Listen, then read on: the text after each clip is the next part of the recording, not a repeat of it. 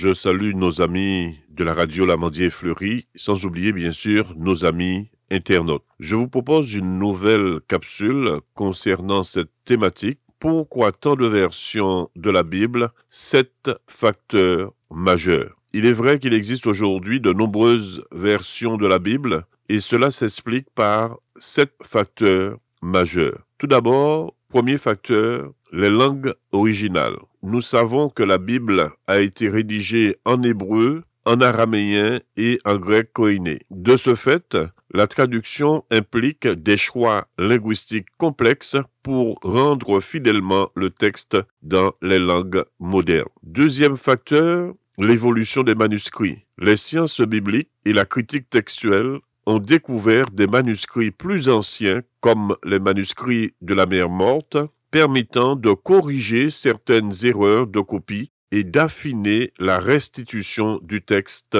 original. Troisième facteur qui explique la multiplicité des versions, l'évolution des langues modernes. Nous savons que les langues évoluent. Une traduction de 1880 n'a pas la même lisibilité qu'une traduction contemporaine, nécessitant bien sûr des mises à jour linguistiques pour une compréhension fidèle du texte. Quatrième facteur, les philosophies de traduction. Il existe des traductions littérales, c'est-à-dire formelles, dynamiques, sens à sens, et des paraphrases. Chacune répond bien sûr à des besoins spécifiques. Études, méditation, vulgarisation. Cinquième facteur qui explique la multiplicité des versions de la Bible, les contextes théologiques et confessionnels. Certaines traductions sont élaborées dans un cadre protestant, catholique ou orthodoxe, influençant le choix de termes ou de canons utilisés, nombre de livres. Sixième facteur expliquant tant de versions de la Bible,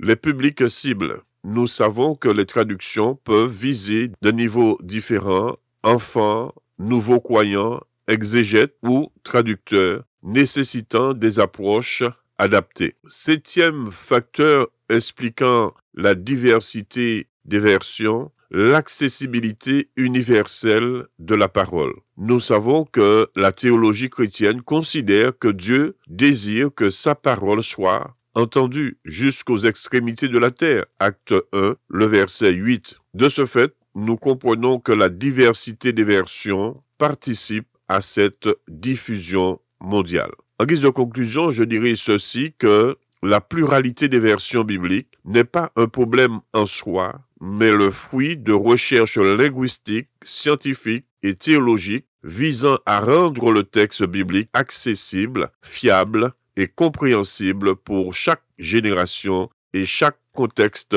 culturel. Je vous dis à bientôt pour une nouvelle vidéo.